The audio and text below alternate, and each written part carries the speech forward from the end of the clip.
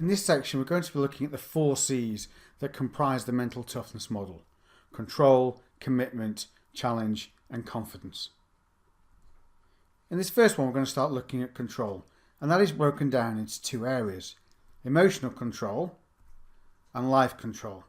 And when it comes to life control, that's about the degree to which we feel in control of our lives, whether we feel that we are the driving force behind it and we're in charge of its direction and how we perform, or whether actually things outside our control dictate our life.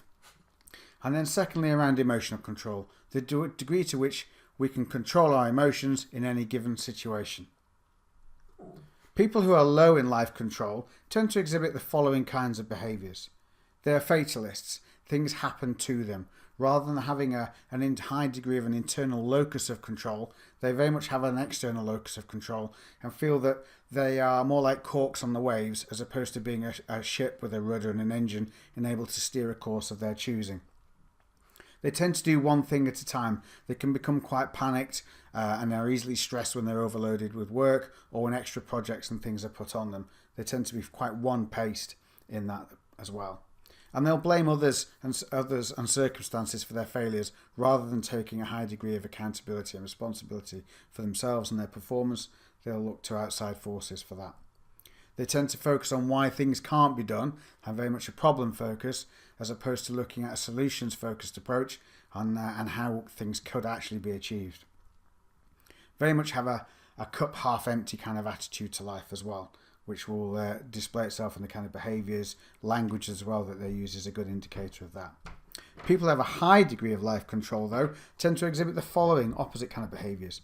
They really believe they can make a difference. They do feel like the captain of their own ship, able to choose their course and direction, navigate stormy waters, and still set out and get to their destination of choice. They're happy to multitask as well, taking on different things at the same time, juggling different priorities and working systematically to achieve whatever needs to be done. They're very good at planning and organising as well, and they're good members to have on their team. They very much have a cup half full. Everything is possible. They tend to take a relentless solutions-focused approach to things, seeing opportunities or seeing challenge and change as an opportunity rather than as a threat as well. And they'll work hard to clear blockages that might come up in their way, as opposed to just letting things knock them off course. Problems exist, but they're there to be handled. They also tend to see interim or short-term failures as a learning opportunity rather than something that says something fatalistic about them. People who are low in emotional control tend to respond to certain things in this way. They reveal their emotional state to others very easily. Very easy to see where someone's in a good mood or a bad mood and able to switch between those moods.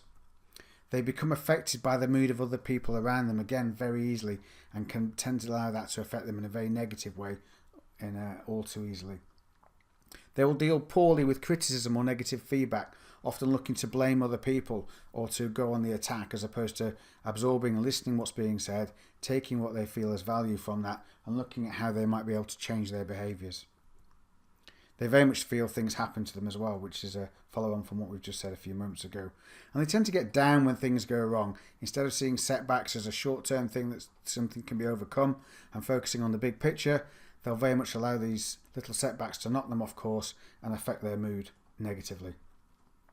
And they can lose it, as we say, when they're provoked or get annoyed. Really not very good at having an even emotion and not allowing minor stresses and irritations to get the better of them.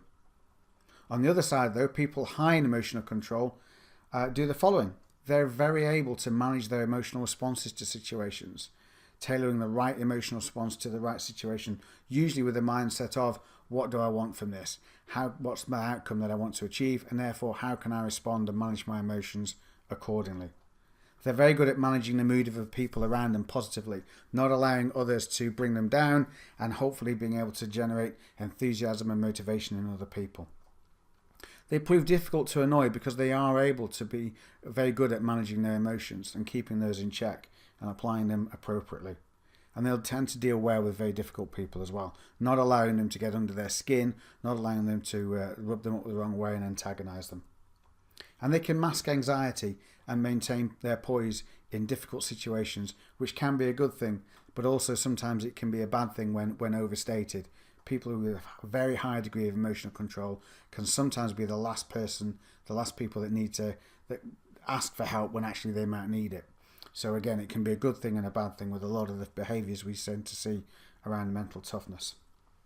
They'll also deal well with bullying behaviour in that they won't tolerate it. They will tend to just let low-level sort of bullying behaviour rub off, like water off a duck's back, but they'll deal with overt bullying behaviour in a constructive and assertive way.